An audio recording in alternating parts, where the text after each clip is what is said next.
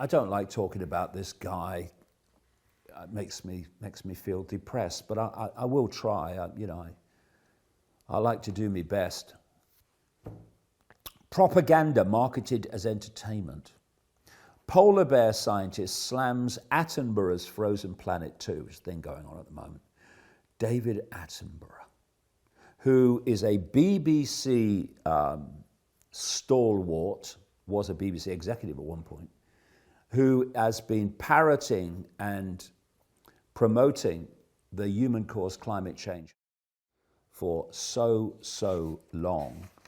And what they do is, for instance, if there's an area that warms more than other areas because of natural phenomena, I'll come to that in a second, that's where they'll take their cameras to film polar bears with melting ice. They won't go to all the other areas where it's not melting. So, the archipelago of Svalbard in the Barents Sea has a distinct Arctic microclimate. Located off the east coast of Greenland and also known as Spitsbergen, it is fed by the warm, salty West Spitsbergen Current. As a result of this recent natural warming of the sea, Svalbard has increased its summer sea ice-free days by up to 4 times more than the other areas of the Arctic. Just the place for Sir David Attenborough and his team to turn up with their cameras as they seek to persuade us that polar bears are facing an existential threat to their existence. Less summer sea ice means less opportunity to hunt for seal food. Now, I've covered this lady in my books over the years. She is a lady called Dr. Susan Crockford, and she's a distinguished polar bear scientist. She's written a book about this, saying it's all a load of nonsense. Numbers are increasing of polar bears. And she notes that Svalbard is not representative of the Arctic in general, which is why Attenborough and the BBC went there. A 2016 paper by the ecologist Eric Rieger showed that the area around Svalbard was unusually warm compared with other locations. So that's where they go. And as Crockford says, she believes that the program, this Frozen Planet, is calculated climate change propaganda marketed as entertainment. And then another story this week, whale population grows despite Attenborough climate scaremongering. Further cutting-edge scaremongering, the article says, was on display in the second episode of Frozen Planet 2.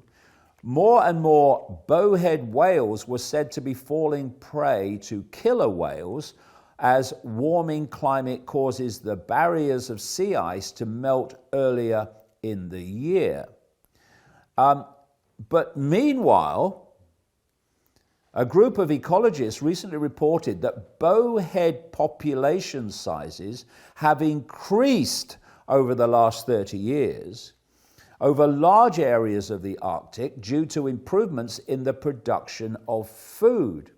As with all life in the Arctic, slightly warmer summers have led to improved food supplies from the bottom to the top of the chain. Another animal to have benefited from this higher abundance is the polar bear, which I've just been talking about. So this is David Attenborough, the so-called national treasure, apparently, in one of his endless efforts to mislead the public. If we don't change everything, the temperature of the world will go up, and that is the biggest thing of the changes, because from that stems all sorts of things. Stems climate change. The population enlarges, carbon dioxide increases in the atmosphere, the temperature of the sea rises, you lose a lot of fertility. The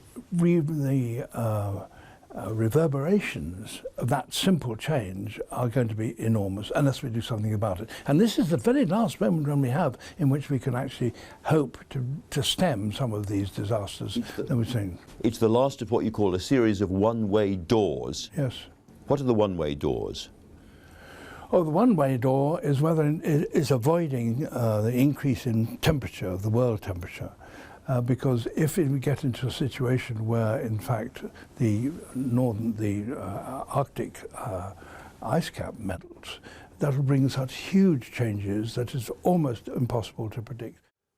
And one of the other consequences of buying what Attenborough is saying is the move to electric vehicles, with all their environmental catastrophes relating to not least their batteries and the resources and the means and the effect on kids in Africa of getting this stuff out of the ground. And you know, people who've had electric vehicle experiences, some of them might think, oh, they're great, but others have had very bad experiences. And the cost of these things is unbelievable, because they don't want electric vehicles for everyone. They want electric vehicles for the people that can afford it. The rest of the people, they don't want them to have any cars at all.